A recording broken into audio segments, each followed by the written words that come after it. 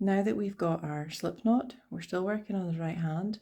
So what we're going to do is go ahead and insert your hook into that loop and tighten up that yarn around the hook.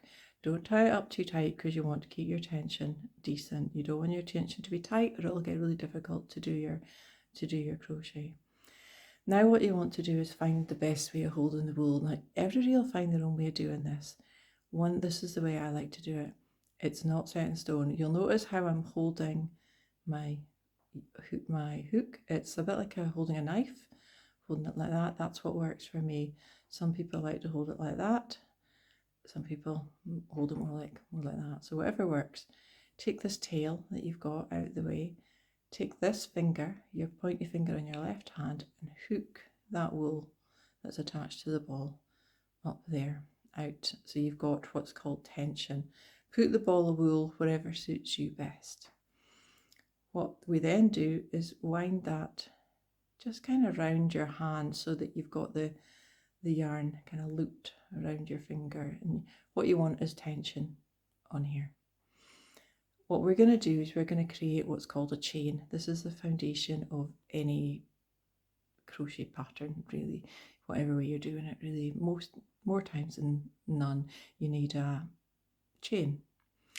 So what we're going to do is we've got our hook, we've got our tail out the way, we've got our wool on a tension. We're going to use, what we're doing is using our hand to work. So what we're going to do is take the hook round the wool, pinch at the bottom here and pull it through, and that is your first chain. Go back to where you are, you've got your tension, you've got your tail out the way, take your hook round the yarn, pinch and pull it through, and do that again. So take this, you're holding this, you're moving this, you're not moving this hand at all, you're moving your right hand round, you're hooking the wool into the hook there, and then what you're doing is you're pulling it through the hole in there. So by pulling on this, what you're doing is helping create that tension.